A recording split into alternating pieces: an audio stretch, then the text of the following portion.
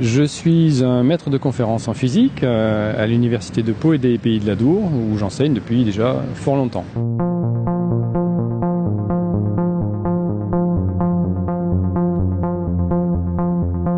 Une commission disciplinaire a été déclenchée par le président de mon université contre moi. On m'a condamné en première instance à 2 ans d'interdiction d'exercice et suppression de la moitié du salaire.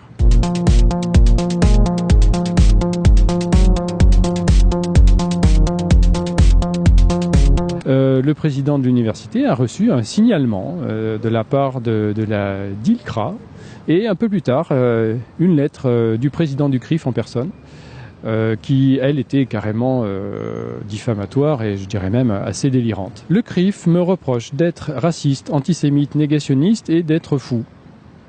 Voilà. Alors, pour raciste, antisémite, c'est pas vrai. Pour fou, j'espère que non. Pour négationniste, c'est un peu plus compliqué parce que je me suis attelé sur mon blog à une démonstration qui est en fait une démonstration que je dois à Jean Bricmont dans son livre La République des censeurs, qui est de montrer que ce terme n'a tout simplement pas de sens et qu'en fait, il sert juste à empêcher les gens de discuter de certains sujets et en particulier des sujets qui touchent Israël.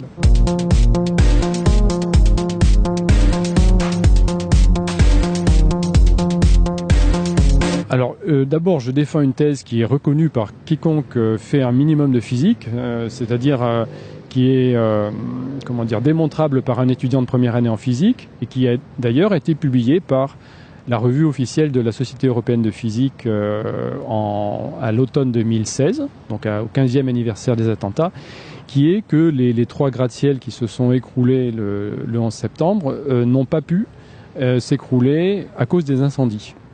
Donc ça a été publié par Europhysics News, qui est la revue de la Société européenne de physique.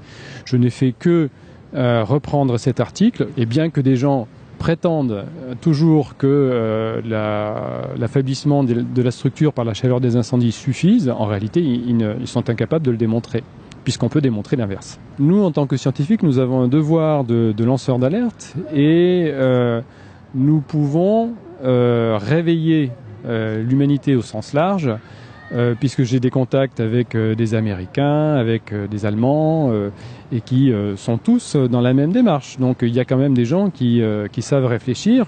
La physique est une science universelle. Il y a beaucoup de choses qui ne sont pas universelles. Les cultures ne sont pas universelles, les religions ne sont pas universelles. La façon de s'habiller n'est pas universelle suivant les pays, mais au moins nous avons la chance, nous qui faisons des sciences dures, de parler le même langage, qu'on soit aux États-Unis, au Japon, en Russie, en Afrique, en Israël ou en Afrique du Sud ou n'importe où. Donc je pense que nous avons un langage commun et que ce langage commun, il faut l'utiliser, il faut être extrêmement rigoureux bien sûr dans notre démarche. Je pense que tôt ou tard, si la vérité n'apparaît pas puisqu'elle est sans doute trop complexe à percevoir dans son ensemble, le mensonge lui tombera.